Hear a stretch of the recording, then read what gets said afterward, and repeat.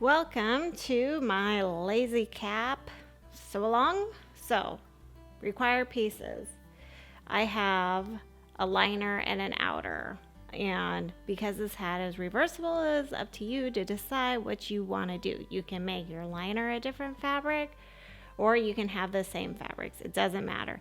Just as long as you remember that if you have a liner and an outer fabric, those pieces go right sides together. So let's begin. So right sides together.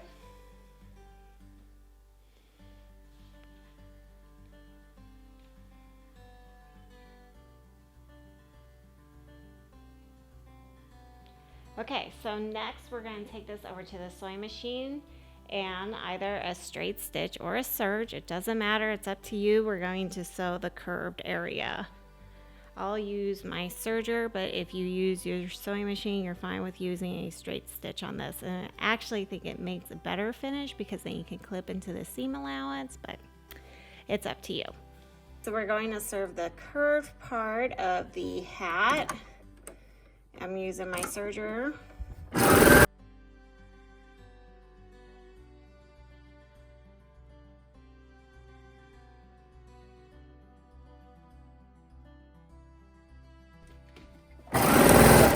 Okay, from here I'm just clipping off my threads, my tails, and then I'm going to turn one of these pieces right side out.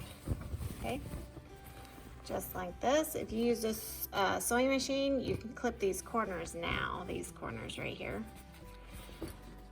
all around here. Clip into them, clip in a triangle shape, or just clips. Anything's better than nothing. So we've got this right side out, inside out. I'm going to take this and insert it into this one, just like this. I'm going to line up the side seams, that seam we just sewed. I'm going to stagger those seams.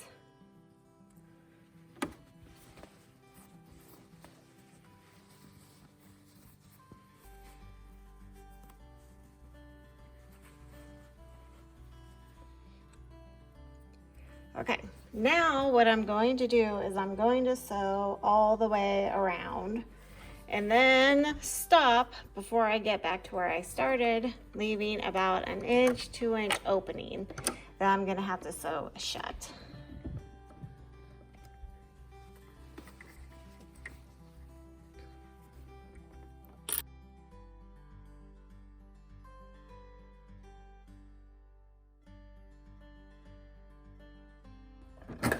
Okay, I try to make my hole as small as possible because it's less hand sewing for me. Next step, I'm going to just tie a knot here.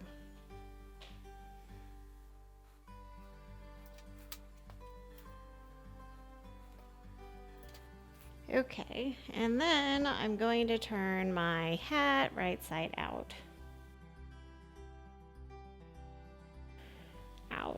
This isn't the smallest size, but it is a smaller size. So there's our hat. Let me zoom out a little so you can see. One is the liner, although it doesn't really matter because this is reversible. So I'm just going to shove one into the other. And you can take this over and press this seam all the way around before you do the next step, or not if you're like me. I just got finished sewing the Kingston robe, so I have spent far too much time, I feel, ironing today, so I'm over it. So I'm just going to tuck this fabric back in, and this is where you would find that pressing is helpful. Now, what you do now is you can either take this to your sewing machine, and because this is a 1/4 inch seam allowance, you could stitch about an 1/8 inch away from this edge here, a straight stitch to close this hole. Or you can sew it closed with a ladder stitch, which is what I'm going to. There we go. Okay. So starting with a needle and some thread. We're just going to cut, I don't know, about 15 inches of thread off. Thread our needle, bring our ends together, and or tie a knot so it's like a double layer of thread.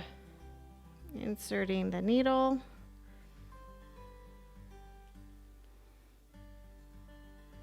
don't tug too hard because you'll rip that knot out, okay? And then folding these ends back in. See, this is where pressing would have been helpful. Should have done it, didn't. Okay, so now I'm just gonna take a little bit out, in and out.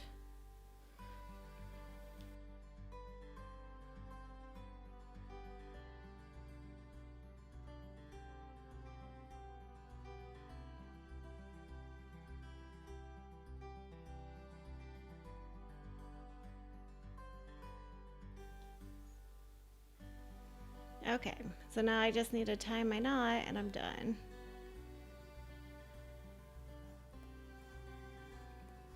Okay, knot tied, I'm gonna go inside and then I'm going to pull that tight